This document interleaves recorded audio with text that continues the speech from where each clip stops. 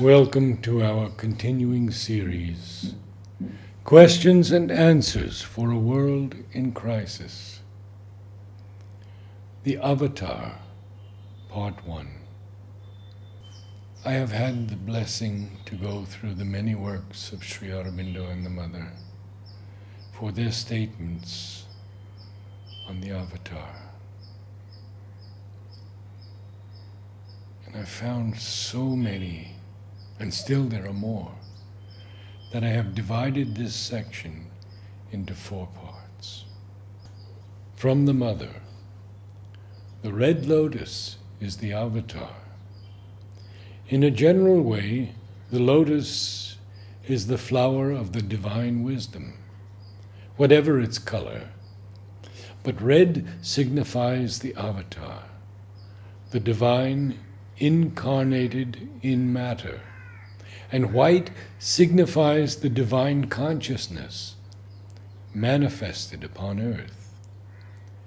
An avatar is an emanation of the Supreme Lord who assumes a human body on earth.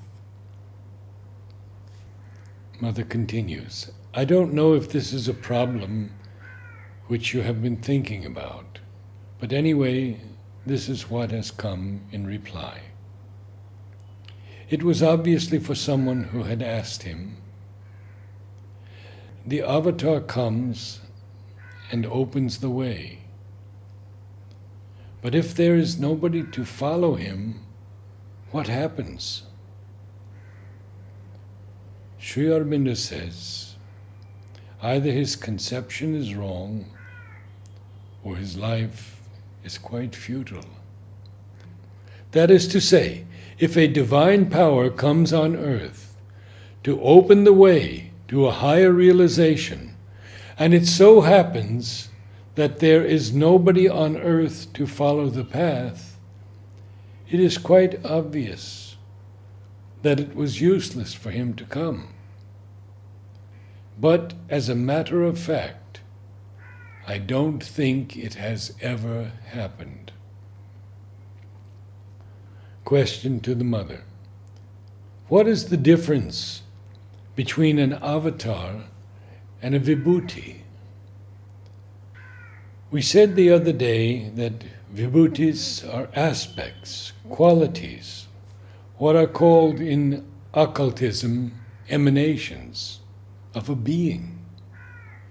They are like certain forces, powers, qualities, attributes, which are put in contact with an outer form, a physical form, for instance, and which manifest themselves through this form. This may be a human form. The avatar, at least when understood in the true sense, is the incarnation upon earth of the supreme truth. Now, many meanings are given to this word. There is even a word avatar in French, which has a very special meaning. It is said that an adventurer has many avatars. That is, he changes his appearance, personality, occupation. But originally, as it is said in the Gita, for example, when the Supreme decides to manifest himself upon earth for a particular reason, he takes an earthly body. It is said that he is an avatar. He may take many successive bodies according to the needs and circumstances, but it is always what could be called the central being which takes an earthly body. That is what is called an avatar. I thought you knew that. Sri Aurobindo has explained this in many places. And this is in reference to the flower, Krishna's play in the physical. the rule of the avatar upon earth, that is to say, the realization of the new divine world. The avatar, the supreme divine manifested in an earthly form, generally a human form, for a definite purpose. The chief purpose of the avatar is to give to man a concrete proof that the divine can manifest upon earth. Mother, again, I have been asked today to speak about the avatar. Sri Aurobindo has written on the subject, and the person who has asked me the question would do well to begin by reading what Sri Aurobindo has written.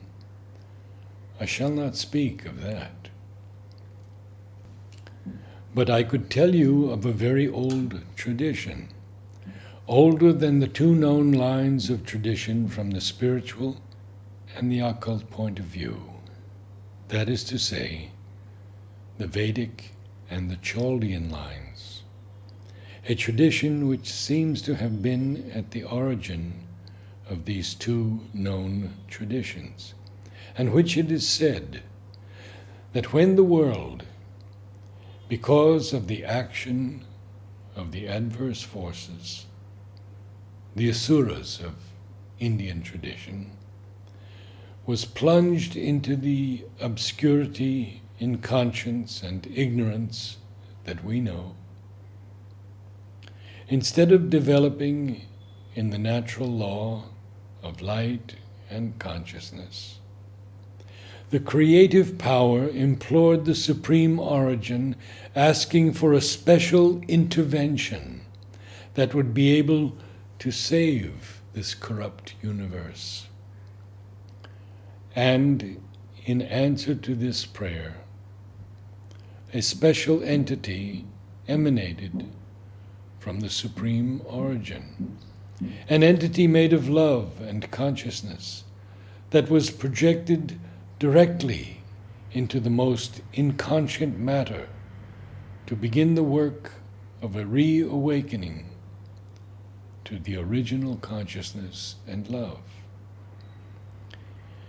In ancient narratives, this being is described as lying stretched in deep sleep at the bottom of a dark cave, and from it, as it lay asleep, emanated rays of prismatic light, which spread gradually into the inconscience, and was lodged in every element of the inconscience, so that it may start its work of reawakening.